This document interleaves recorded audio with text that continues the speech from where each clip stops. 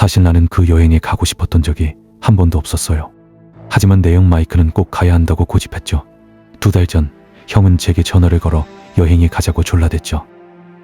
제이 꼭 가자. 정말 재밌을 거야. 나중에 나한테 고마워할걸. 저는 매년 형과 같이 가는 여행으로 크루즈 여행을 가고 싶다고 말하려고 했어요. 동남아시아 정글을 하이킹하는 건 제 스타일이 아니었거든요. 하지만 형은 제 말을 듣지 않았어요. 6일 정도 트레킹해서 깊이 들어가면 숨겨진 폭포와 강, 그리고 비밀스러운 해변이 있다고 약속했죠. 마치 영화 더 비치처럼 보일 거라고 했는데 저는 그건 그다지 나한테는 끌리는 요소가 아니라고 말했어요. 하지만 마지못해 여행 날짜가 되었을 때 저는 모기 퇴치제, 가벼운 옷, 그리고 비상구급약을 챙겨 가방을 쌌습니다. 등산로 입구까지 가는 길은 예상보다 오래 걸렸죠. 우리는 태국 남부의 작고 습한 마을에 비행기로 도착했는데 그곳은 울창한 정글과 안담한 해로 떨어지는 절벽 근처에 자리 잡고 있었어요. 거리는 좁았고 떠돌이 개들이 툭툭이 사이를 뛰어다녔는데 공기에는 흙냄새, 디젤 냄새, 그리고 정체를 알 수 없는 과일 향이 섞여 있었어요. 공항에서 낡은 승합차를 타고 숲속으로 사라지는 구불구불한 길을 따라갔는데 눈길이 닿는 곳마다 정글이 아늑하게 펼쳐져 있었어요. 등산로 입구에서 우리는 가이드인 자반을 만났는데 그는 마르고 피부가 검은 각진 체격의 체니 넓은 모자를 쓰고 있었고 셔츠는 아마 세탁기에 한 번도 들어가 본 적이 없을 것 같이 보였어요. 그의 미소는 비뚤어져 있었고 눈빛은 날카로웠으며 이야기를 들을 때 고개를 갸우뚱거리는 모습은 왠지 섬뜩했죠. 마이크, 그리고 그는 내 말을 잠시 멈추고 말했다. 당신은 누구시죠? 이 아이는 제 동생 제이예요. 마이크가 두 손을 내 어깨에 얹으며 말했어요. 그쪽이 불편해할 수 있겠지만 내 동생도 같이 갈 거예요. 자반의 입술이 뭔가 불편함을 말하려고 하는 것처럼 불편해 보였죠. 자반에게서 느껴지는 무언가가 나에게 어린아이처럼 최대한 예의 바르게 행동해야 한다는 그런 분위기를 느끼게 했죠. 우리는 마을에서 하룻밤을 묵었고 아침 일찍 일렬로 오솔길에 올랐어요. 마이크가 내 앞에, 내가 그 뒤에, 그리고 자반이 맨 뒤에 있었어요. 정글이 길을 뒤덮었고 햇빛이 땅 위에 무늬를 만들어냈어요. 발걸음 하나하나가 신중하게 느껴졌죠. 나뭇가지가 부러지고 곤충들이 윙윙거리고 새들이 울어댔어요. 나는 금세 온몸에 땀이 나기 시작했고 몇 시간쯤 걸었을 때 나는 그것을 발견했어요. 오솔길에서 약 1.8m 떨어진 곳이었는데 덤불 속에 나뭇잎과 덩굴에 반쯤 가려진 무언가가 흩어져 있었어요. 찢어진 천조각, 물병, 배낭 조각들. 배낭 옆에는 책 한 권이 놓여 있었는데 주변을 자세히 살펴볼 시간은 없었어요. 속도를 늦추면 뒤처질 게 뻔했고 그런 상황은 위험해질 수 있는 상황이었죠. 나는 허리를 굽혀 책을 배낭에 넣었어요. 그게 내가 할 수 있는 최선이었고 뒤를 한번 돌아보았고 이전에 이곳에 있었던 무언가의 흩어진 흔적들을 확인하는데 그쳤지만 더 이상 머물 수는 없었어요. 정글에서 일행을 잃어버리면 위험한 상황이 될 게 뻔하니까요. 그날 밤 야영하려고 멈췄을 때 나는 그 책을 꺼냈어요. 글씨는 깔끔하고 정성스러웠으며 책장에서는 축축한 흙 냄새가 났는데 그것은 일기였어요. 처음 몇 줄은 평범한 여행 일기처럼 흥분으로 가득 차 있었어요. 여기부터 일기 내용이에요. 1일차 드디어 태국에 도착했어요. 이 여행을 계획하는데 이렇게 오래 걸렸다니 믿기지 않지만 정말 그럴 만한 가치가 있었어요. 모두들 너무 신나 있어요. 소피는 벌써부터 뛰어다니며 사진을 찍고 라이언은 당연히 더위에 대해 투덜거리고 카밀은 마치 박물관에 전시할 나뭇잎이어도 되는 양 보이는 나뭇잎 하나하나를 꼼꼼히 기록하고 있네요. 2일차 우리 가이드 자반은 괜찮은 사람 같았어요. 대체로 조용했고요. 계속 가까이 있으라고, 돌아다니지 말라고, 그리고 앞길이 인내심을 길러준다고 말하더군요. 솔직히 좀 섬뜩하긴 했지만 뭐 어쩔 수 없죠. 내일 트레킹을 시작해요. 6일 동안 숨겨진 해변까지 가는 여정이에요. 마을도 없고 도로도 없어요. 정글과 강, 폭포만 있을 뿐이죠. 무더위와 모기만 잘 견뎌낸다면 정말 멋진 곳이 될 거예요. 마크는 우리가 첫날에 다 죽을 거라고 계속 농담하는데 난 못 들은 척하고 있어. 그 해변이 너무 기대돼. 나는 그 페이지를 보며 씩 웃었고 그 친구몰이를 상상했어요. 다음 페이지로 넘겨 계속 읽었어요. 3일차 본격적인 하이킹 첫날이 끝났습니다. 세상에, 이 정글은 정말 미쳤네요. 뿌리, 덩굴, 습도 때문에 피부가 녹아내릴 것 같아요. 겨우 몇 시간 걸었는데 벌써 땀을 뻘뻘 흘리고 있어요. 자반은 계속 앞으로 나아가면서 나무 뒤로 잠시 사라졌다가 물이나 과일을 들고 다시 나타납니다. 가이드가 그렇게 하는 건 흔한 일인 건 알지만 좀 이상하네요. 우리 모두 기분이 좋았고, 소피는 계속 촬영하고, 라이언은 계속 투덜거리고, 카밀은 계속 그림을 그리고, 마크는 우리가 완전히 미쳐버리지 않도록 계속 웃기려고 애쓰고 있어요. 솔직히 재밌을 것 같아요. 6.15에 도착할 그 숨겨진 해변을 생각하면 힘이 나요. 정글은 정말 만만치 않네요. 오늘 하루 종일 거의 쉬지 않고 하이킹을 했는데 더위가 우리 기운을 쏙 빼가는 것 같아요. 강을 건너느라 신발은 흠뻑 젖었고 벌레는 어제보다 더 심한 것 같아요. 소피는 처음 30분 만에 팔에만 모기에 5군데는 물렸다고 하네요. 끔찍해요. 자바는 종종 등산로에서 사라져버린다. 오래가지는 않지만 돌아올 때마다 과일이나 뿌리 같은 것을 들고 있거나 우리가 미처 보지 못한 재미있는 것을 본 것처럼 활짝 웃고 있다. 우리를 놀리는 건지 아니면 조용히 주변을 살피는 건지 알 수가 없다. 다른 사람들은 그냥 대수롭지 않게 여긴다. 일행이 분위기는 그럭저럭 괜찮아요. 카밀은 계속 식물 스케치를 하고, 라이언은 물집 때문에 투덜거리고, 마크는 자기가 생존 전문가인 척하고, 소피는 마치 이게 상이라도 받을 것처럼 계속 촬영하고 있어요.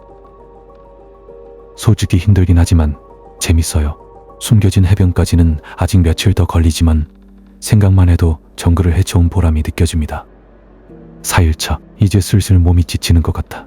다리도 쑤시고 배낭은 더 무겁게 느껴지고 작은 소리에도 깜짝 놀라. 오늘은 새들이 유난히 시끄럽게 울어대는데 마치 수백만 개의 작은 경보기가 동시에 울리는 것 같아. 그리고 저 멀리서는 원숭이인지 뭔지 모를 동물이 계속해서 날카로운 소리를 내고 있어. 자반의 행동은 이상해요. 잠시 사라졌다가 웃으면서 돌아오는데 뭘 하고 있었냐고 물어봐도 대답을 안 해요. 마치 떠난 적이 없는 것처럼 항상 무리의 앞이나 뒤에 불쑥 나타나요. 등산로가 점점 험해지고 있어요. 사방에 나무 뿌리가 널려 있고 개울도 건너야 하고 습기 때문에 셔츠가 마치 접착제로 붙인 것처럼 달라붙네요. 라이온은 이제 끊임없이 투덜거리고 카밀은 5분마다 쉬어야겠다고 중얼거리는데 솔직히 저도 그 심정 이해는 가요. 그래도 우리 모두 힘겹게 나아가고 있어요. 우리는 이번 트레킹이 마치 정글 훈련소 같다고 계속 농담을 주고받아요. 소피는 고통받는 우리 팀의 모습을 영상으로 찍고 있고 마크는 모두의 과장된 불평에 웃고 있죠. 솔직히 말해서 무더위와 벌레에도 불구하고 이번 도전을 통해 우리가 더욱 끈끈해지는 것 같아요. 그 해변은 정말 환상적일 거라고 해요. 새하얀 모래사장, 맑은 물, 그리고 작은 만에는 아담한 폭포까지 있을지도 몰라요. 아직 이틀 정도 남았지만 그곳에 도착할 생각에 한 걸음 한 걸음 발걸음을 옮길 힘이 나요. 일지항보고 뭔가 잘못됐어. 아주 심각하게 잘못됐어. 오늘 아침에 일어나 보니 카밀이 사라졌어요. 완전히 없어졌어요. 침낭도 텅 비어있고 소지품도 전부 없어졌어요. 처음에는 강가에 갔거나 길을 잃었나 싶었는데 아니었어요. 이름을 불러보고 텐트도 캠프장도 근처 등산로까지 샅샅이 뒤져봤지만 아무 흔적도 없었어요. 발자국 하나 없었어요. 그냥 없어진 거예요. 순식간에 공포감이 밀려왔어요. 마크는 그녀의 이름을 소리쳐 불렀고 라이언은 울고 있었고 소피는 카밀은 그냥 떠나지 않을 거야 라고 계속 되풀이했어요. 저는 하루 종일 속이 울렁거렸어요. 자바는 우리에게 진정하라고 했다. 그는 계속해서 같은 말을 반복했다. 도움을 받는 가장 빠른 방법은 계속 움직이는 거야. 앞으로 나아가. 우리가 빨리 끝낼수록 더 빨리 도움을 요청할 수 있어. 그의 목소리는 마치 이런 일이 늘 있는 것처럼 차분했다. 일행은 움직이려 하지 않았다. 우리는 항의하고 소리치고 애원했지만 그는 완강했다. 결국 선택의 여지가 없었다. 우리는 배낭을 챙겨 억지로 길을 나섰고 발걸음은 점점 더 무거워졌다. 나는 카밀이 비틀거리며 뒤에 나타날까봐 계속 뒤를 돌아봤지만 카밀은 없었죠. 우리는 예상보다 훨씬 빠르게 움직였다. 공포가 발걸음을 재촉했다. 마크는 계속해서 말도 안 돼. 카밀이 그냥 가버리다니 라고 중얼거렸고 라이언은 자반에게 계속해서 되돌아가야 할지 물었다. 자반은 마치 주문처럼 같은 말을 반복하며 고개를 저을 뿐이었다. 지금 우리는 밤을 보내기 위해 쉬고 있는데 이 글을 쓰고 있어요. 모두 너무 지쳐서 제대로 말도 못하고 있어요. 아직도 온몸에 불안감이 스며드는 것 같아요. 카밀에게 무슨 일이 일어났는지 모르겠어요. 도대체 어떻게 생각해야 할지 모르겠어요. 나는 손이 살짝 떨리는 채로 일기장을 닫았어요. 심장이 목구멍까지 뛰는 것 같았고 생각하고 싶지 않았어요. 지금은 그냥 덮어두는 게 나을 것 같았고 일기장을 배낭 맨 밑바닥에 쑤셔놓고는 주변 정글에 집중하려고 애썼어요. 저녁이 되어가는 소리들, 새소리, 곤충 소리들, 거의 평화로운 느낌이었어요. 다음 날은 조용히 시작되었어요. 별다른 일도 없고 지루하다고 할 수도 있을 정도였어요. 우리는 천천히 발걸음을 옮겼고 빽빽한 나뭇가지 위로 해가 겨우 비치는 길을 따라 나아갔고 땀이 셔츠를 흠뻑 적셨어요. 그들의 마지막 일기장을 읽은 후라 그런지 하루 종일 마음이 조금 불안하고 무서운 생각이 들었어요. 우리는 오솔길을 가로지르는 좁은 개울을 만났는데 맑고 얕아서 물속에 매끄러운 돌들이 보였어요. 생각할 겨를도 없이 배낭을 내려놓고 개울에 뛰어들어 끈적이는 더위를 식혔죠. 잠시 동안은 마치 평화가 찾아온 듯 바위와 나뭇잎 위로 흐르는 물소리만 들렸어요. 최대한 몸을 말린 후 나는 다시 같이 걸었고 이미 오솔길을 따라 조금 더 내려가서 야영할 수 있는 작은 공터를 찾아놓은 상태였어요. 땅은 축축했지만 우리는 주어진 환경에서 최선을 다해야 했죠. 텐트를 치고 배낭을 열고 물병에 물을 채우고 마른 식품으로 저녁을 즉석에서 준비했어요. 하지만 나는 자반에게서 눈을 뗄 수 없었어요. 그가 앞서 나아가며 길을 살피다가 거의 알아차릴 수 없을 정도로 순식간에 사라지는 모습. 그리고는 마치 일기에서처럼 아무 말 없이 태연하게 다시 돌아왔어요. 아무런 말도 설명도 없이 그저 다시 맨 앞으로 돌아온 것이었어요. 나는 애써 신경 쓰지 않으려 했고 그저 그가 길을 정찰하거나 개울을 건너는 곳을 확인하는 거라고 생각하려 했지만 불안한 마음은 어쩔 수 없었어요. 해가 점점 낮아지며 나뭇가지 사이로 황금빛 햇살이 쏟아져 들어오는 가운데 우리는 텐트 안으로 들어갔어요.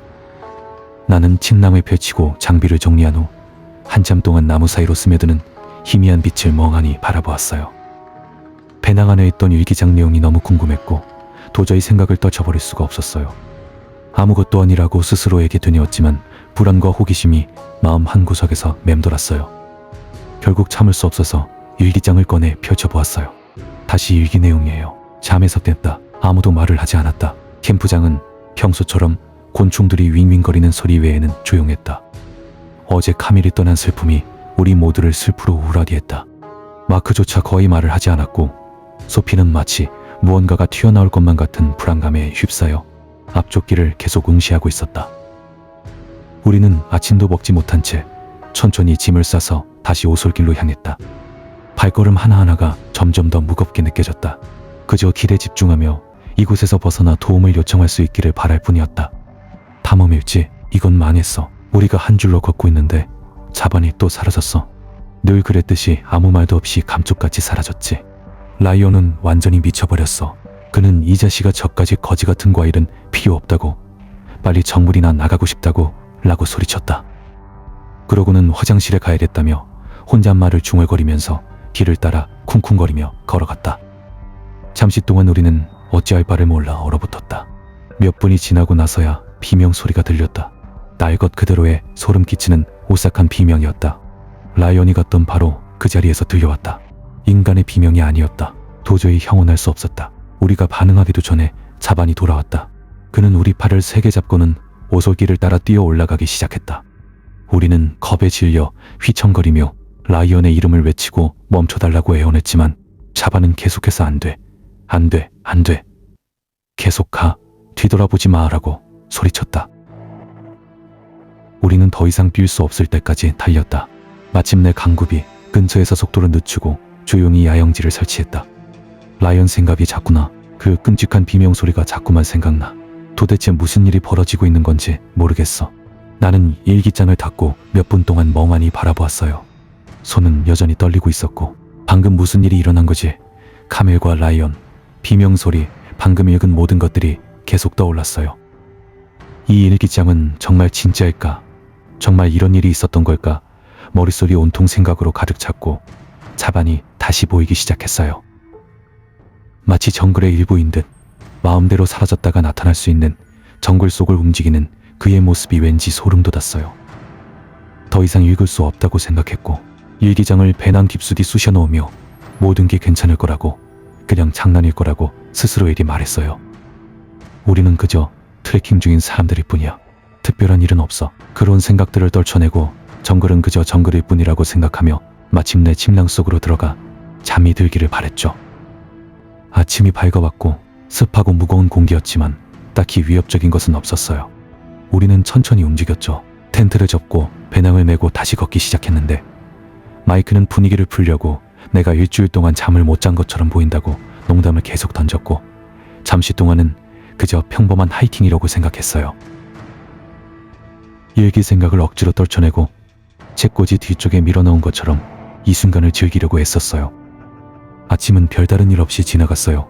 우리는 강을 건너고 나무뿌리와 덩굴을 헤쳐나가며 사소한 실수에는 웃음을 터뜨리고 누가 더 느렸는지 누가 더 힘들어했는지에 대해 서로 놀렸어요.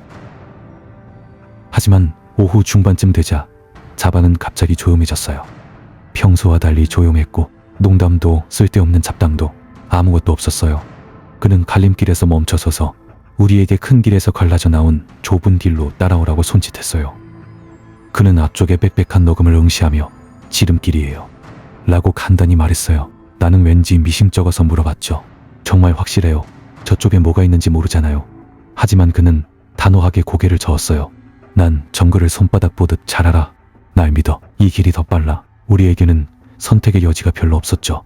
마지못해 우리는 그 길을 따라갔고 지름길은 점점 좁은 오솔길로 이어졌고 숲은 더욱 빽빽해져 햇빛을 거의 차단했어요. 등에는 땀이 흥건했고 온몸은 평소보다 더 아팠으며 발걸음 하나하나가 무겁게 느껴졌어요. 이번에는 텐트를 설치하기 전에 몸을 씻을 만한 개울이나 강이 근처에 없어서 기분이 별로였어요. 지름길을 택한 탓에 정글 깊숙이 들어가 버렸고 마침내 텐트를 칠 만한 작은 공터를 발견했을 때는 이미 하루의 절반이 지난 후였어요. 나는 땅에 털썩 주저앉아 드디어 쉴 수 있다는 사실에 안도했죠. 다리가 마치 종이장처럼 후들거렸어요. 해변 생각이 머릿속에서 떠나지 않았어요. 자바가 약속했던 그 낙원, 과연 이렇게 고생하면서 볼 정도로 그럴 만한 가치가 있을까? 우리는 너무 깊숙이 들어와서 위험에 노출되어 있다고 생각이 들었어요.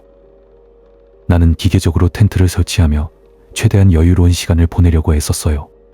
텐트 안으로 들어가 다시 일기를 펼쳤어요. 캠핑 중에 일기를 안 보려고 했지만 다음에 무슨 일이 일어날지 봐야만 했어요. 탐험일지 일기 내용이에요. 카밀과 라이언은 떠났어. 그냥 가버렸어. 이제야 깨달았어. 마크, 소피, 그리고 나만 남았다는 걸. 정글이 우리 셋이 얼마나 남았는지 알고 있는 것 같아. 우리는 조용히 말도 없이 움직였어요. 그냥 여기서 벗어나고 싶었어요. 나가서 도움을 요청하고 이 악몽을 끝내고 싶었어요. 아무런 방해도 더 이상의 사건도 없이 그냥 그곳에 도착하기만 하면 돼요. 해변은 더 이상 중요하지 않아요. 탐험일지 잠에서 깼는데 마크 그가 사라졌어. 그냥 그렇게 침낭은 텅 비어 있었고 흔적도 없었어. 내가 그의 이름을 불렀고 소피도 불렀지만 아무 소용이 없었어. 발자국 하나, 소리 하나, 아무것도 없었어.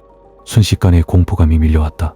예전처럼 누군가 길을 잃었을지도 모른다는 희망을 품을 수 있는 상황이 아니었다. 뭔가 심각하게 잘못됐다. 심장이 쿵쾅거리고 소피는 떨고 있다. 우리 모두 어떻게 해야 할지 몰라 다투고 있다. 우리는 이 끔찍한 정글 한가운데에 있다. 자바는 우리가 할 수 있는 건 앞으로 나아가는 것뿐이라고 말한다. 우리도 그 말이 맞다는 걸 안다. 마크에게 무슨 일이 일어났는지 생각조차 하고 싶지 않아. 난 그저 살아남고 싶을 뿐이야. 탐험일지 소피와 나는 대나무 숲 뒤로 길이 좁아지는 곳에서 잠시 멈춰섰다. 자반이 우리 말을 들을까봐 두려워서 우리는 재빨리 낮은 목소리로 속삭였다. 소피는 자반이 수당하다고 틀림없이 범인이라는 거죠. 그가 우리를 한 명씩 죽이고 있다는 거예요. 그렇게 갑자기 사라지는 사람은 자반밖에 없고 무슨 일이 있어도 항상 침착한 사람도 자반뿐이에요. 그들이 사라진 건 다 자반 때문이에요. 나는 반박하지 않았다. 모든 본능이 똑같은 말을 하고 있었다.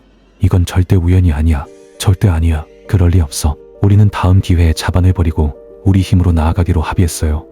그를 믿을 수 없어요. 그가 이런 짓을 하고 있는 게 분명해요. 그와 계속 함께하면 우리도 위험에 처할 거예요. 마지막 일기를 보고 덮었지만 그 글귀들이 머릿속에서 떠나지 않았어요. 나는 잠시 가죽 표지를 멍하니 바라보았고 심장은 여전히 쿵쾅거렸어요. 카밀, 라이언, 마크 모두 떠났다.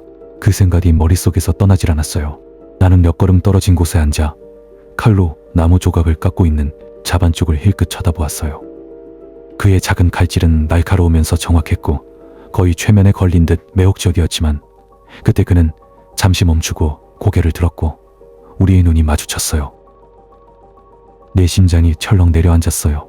나무 막대기에 칼날이 마지막으로 부딪히는 순간은 이전의 동작들보다 더 날카롭고 거칠어 보였으며 어딘가 의도적인 듯했어요. 나는 손에 쥔 일기장에 더욱 힘을 주었어요. 텐트 지퍼를 닫고 일기를 배낭에 쑤셔 넣은 후 오늘 밤은 이쯤 하면 충분하다고 스스로에게 말했어요. 잠이 쉽게 오지는 않았지만 억지로 눈을 감고 다른 모든 잡생각을 안 하려고 생각했죠. 다음 날 아침 우리는 다시 트레킹을 시작했어요. 해변까지 이틀 남았다. 이틀밖에 안 남았는데 이 정글에서 미치도록 떠나고 싶었어요. 자반을 자꾸만 쳐다보며 전날 밤 그의 눈과 내 눈이 마주쳤던 순간을 떠올렸는데 너무 불안했어요. 이 일기장을 가져온 걸 후회했어요. 괜히 불안하고 의심과 공포심만 생긴 것 같아요. 형 마이크는 내가 뭔가 이상해 보인다는 걸 눈치챘어요. 그는 분위기를 띄우려고 걸음을 멈추고 나를 툭 치며 말했어요. 야, 지금 이 순간을 즐겨봐. 주변을 둘러봐. 정말 멋지잖아. 나는 억지로 미소를 지으며 고개를 끄덕였지만 시선은 계속해서 주변의 빽빽한 녹색 정글을 훑어보았어요. 오늘 이후로 트레킹은 하루밖에 남지 않았고 끝나가는 트레킹이라 안심이 되었어요. 매 순간이 안전한 곳으로 향하는 카운트다운처럼 느껴졌어요. 그날 밤 다시 캠프를 설치하면서 나는 배낭 지퍼를 열고 일기장을 다시 꺼냈어요. 탐험일지 일기 내용이에요. 드디어 기회가 왔고 우리는 그 기회를 잡아야만 했어요. 자반은 잠시 길에서 벗어났다. 소피가 내 팔을 잡았다. 지금이야. 그녀가 속삭였다. 나는 고개를 끄덕였다. 우리는 자반과 최대한 멀리 떨어지며 전속력으로 달렸다. 우리 뒤에서 그가 우리 이름을 부르는 소리가 들렸다. 분명히 그의 발소리가 들렸는데 우리가 은신처로 더 깊숙이 숨자 점점 멀어져 갔다. 우리는 멈춰서서 몸을 낮췄다. 그가 겁이 없다는 걸 확신할 때까지 움직이지 않았다. 소피와 나는 계획을 세웠다. 큰 길에서 벗어난 오솔길을 따라가면서 최대한 조용히 움직이고 그와 마주치지 않기를 바라는 것이다. 숨어있을 수만 있다면 들키지 않고 해변까지 갈 수 있을지도 모른다. 우리가 얼마나 멀리 왔는지는 모르겠지만 이제 우리는 완전히 혼자라는 건 확실해. 일지 12일차 텐트를 치지 않았어요. 너무 탁 트여 있어서 눈에 띄지 않을 것 같았거든요. 그냥 땅바닥에 엎드렸어요. 덤불 속에 숨으려고도 해봤지만 뭔가 밖에 있는 것 같아요. 계속 들려. 빙빙 도는 소리 같아. 보이지는 않아. 소리만 들릴 뿐이야. 나뭇잎 부러지는 소리, 나뭇가지 부러지는 소리. 가까워. 너무 가까워. 나무숲 가장자리에서 그림자가 보였던 게 분명해요. 눈을 깜빡이는 순간 사라졌어요. 일지 13일차. 우리는 걷고 있어요. 그냥 걷고 있을 뿐이에요. 하지만 무언가가 있어요. 저는 그걸 알아요. 느낄 수 있어요. 눈가에서 무언가 움직이는 것이 느껴졌다. 소피도 그 소리를 들었어. 뭔가 우리를 따라오고 있어. 지켜보고 있는 것 같아. 기다리고 있는 것 같아. 아직 도망칠 수 없어. 어디서 나타날지 몰라. 마치 먹잇감이 된 기분이야. 난 이게 싫어. 정글이 싫어. 마치 사냥당하는 듯한 느낌이 드는 게 싫어. 일지 14일차. 맙소사. 우리가 틀렸어. 정말 그게 틀렸어. 자반어 아니야. 그때야 형이 나를 툭 쳐서 깨웠다. 그의 부츠가 내 다리를 살짝 찼다. 일어나. 이제 움직여야지. 나는 멍하니 눈을 깜빡였다. 일기장은 가슴 위에 펼쳐져 있었고 땀과 습기 때문에 페이지들이 구겨지고 얼룩져 있었어요. 아침이 된 것을 깨닫는데 잠시 시간이 걸렸어요. 내가 일기를 읽다가 잠들어 버렸다는 것을. 그러고 나서야 마지막 일기 내용이 생각났어요. 그들이 틀렸다고. 자반이 아니라는 말인가? 무슨 말이지? 형을 흘끗 봤지만 그는 이미 배낭을 정리하며 나갈 준비를 하고 있었어요. 그건 좀 미뤘어야 했어요. 밤에 읽을 생각이 없죠. 오늘은 하이킹의 마지막 날이에요. 이제 하루만 더 가면 해변에 도착해요. 너무 기대되지만 한편으로는 속이 울렁거리고 불안했어요. 그들한테 무슨 일이 벌어졌던 건지, 카밀, 라이언, 마크, 그리고 나머지 일행들이 뭘 마주쳤는지 궁금했죠. 오늘은 마지막 트레킹 날이라 그런지 그래도 기분이 좋았어요. 갑자기 자반은 말도 많고 농담도 조금씩 하면서 며칠 만에 가장 편안해 보였어요. 잠시 동안이나마 일기와 카밀, 라이언, 마크 그들 모든 걸 잊어버렸어요. 오히려 고마운 마음이 들 정도였어요.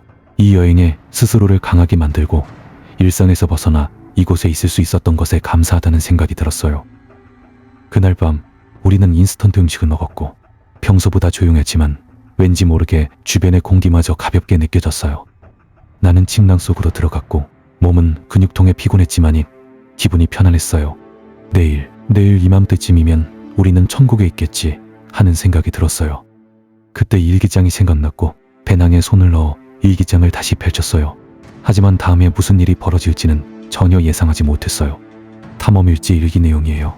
아마 이해가 안 될 거예요. 정신이 하나도 없어요. 우리가 그걸 봤어요. 엄청나게 큰 무언가가 마치 현실이 아닌 것처럼 움직이고 있었어요. 뭔지는 모르겠지만 뭔가 이상해요. 우리를 따라오고 미행하고 맴돌고 있어요. 자반도 아니고 인간도 아니에요. 전 그걸 느낄 수가 있었어요. 정말로 느껴져요. 그게 우리를 지켜보고 있다는 걸 느낄 수 있어요. 우리가 한 모든 행동이 우리가 너무 잘못했어요. 카밀, 라이온, 마크, 우리는 자반과 함께 있었어야 했어요. 우리는 절대로 그 길을 벗어나지 말았어야 했어요. 그것은 밤새도록 거기 있었어요. 빙빙 돌면서요. 보이지는 않았지만 그냥 알 수 있었어요.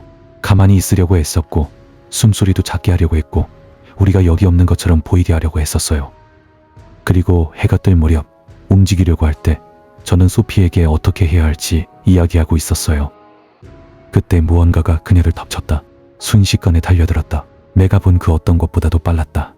나는 보지 못했다. 볼 수가 없었다. 그저 비명소리, 찢어지는 소리, 갈기갈기 찢기는 소리만 들렸고 나는 생각 없이 달렸다. 다리는 움직이지만 폐는 타는 듯 아프고 심장은 너무 세게 뛰어서 심장마비가 올 것 같았다. 그녀가 죽었다는 걸 안다. 그들 중 누구도 살아있지 않다는 걸 안다. 나도 여기서 살아남지 못할 것 같다. 탐험일지 일기 내용이에요. 어떻게 써야 할지 모르겠어요.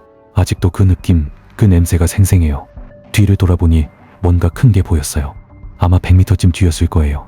심장이 쿵쾅거렸어요. 강독에 진흙을 움켜쥐고 팔, 얼굴, 닿을 수 있는 곳마다 발랐어요.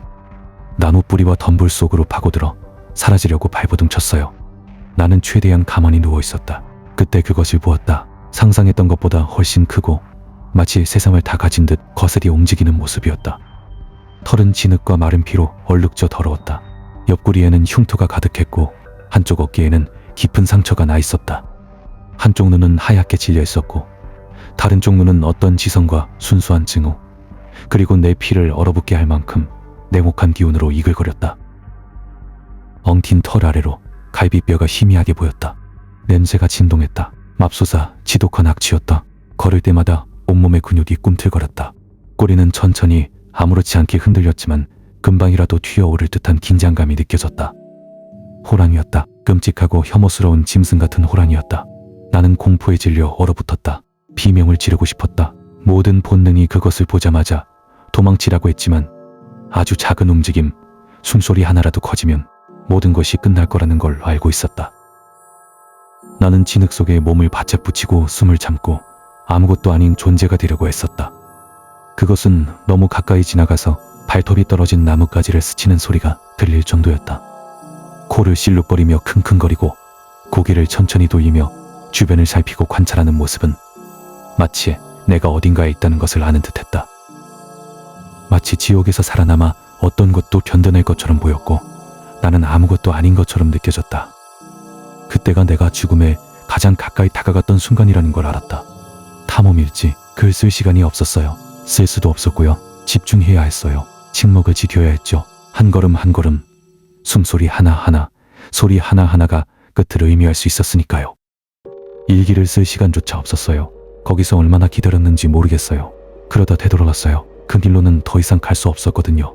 등산로 입구 쪽으로 다시 향했어요. 얼마나 왔는지도 모르겠네요. 몇 주 걸린 것 같아요. 며칠째 걷고 있어요. 거의 다 온 것 같아요. 아마 하루만 더 가면 될 거예요. 그럼 드디어 이 지긋지긋한 곳에서 벗어나는 거예요. 일기는 거기서 끝났어요. 더 이상 아무것도 없었어요. 글자도 없었고 그저 침묵 같은 페이지만 있을 뿐이었어요. 일기장을 닫고 페이지를 멍하니 바라보았어요. 맙소사, 나는 혼잣말을 중얼거렸어요. 두려움, 불신, 공황, 분노 등 모든 감정이 한꺼번에 밀려왔어요. 주변의 작은 소리 하나하나에 깜짝 놀랐죠. 나뭇잎이 부러지는 소리, 나무 뒤 어딘가에서 나뭇가지가 부러지는 소리. 아무것도 아닐 수도 있고 모든 것을 의미하는 것일 수도 있었어요. 분노가 치밀어 올랐어요. 자반에게 화가 났어요. 도대체 누가 관광객들을 이런 정글에 들여보내는 거지? 무슨 일이 벌어질지 조금이라도 신경이나 쓰는 건가? 이 모든 걸 알고는 있는 건가? 호랑이는 어떻고 길은 어떤지, 다른 사람들은 어떻게 됐는지 알고는 있는 건가? 수많은 질문들이 머릿속을 맴돌았지만 답은 하나도 없었고 온몸에 소름이 돋았다. 하지만 내게는 하룻밤만 남았어요. 하룻밤만 지나면 모든 게 끝나는 거야. 거의 2주 동안 하이킹을 하며 찾아 헤매던 그 낙원 해변에 도착하는 거지. 하얀 모래사장, 맑은 물, 마침내 끊임없이 나를 짓누르던 두려움에서 벗어나 숨을 쉴 수 있을 거야.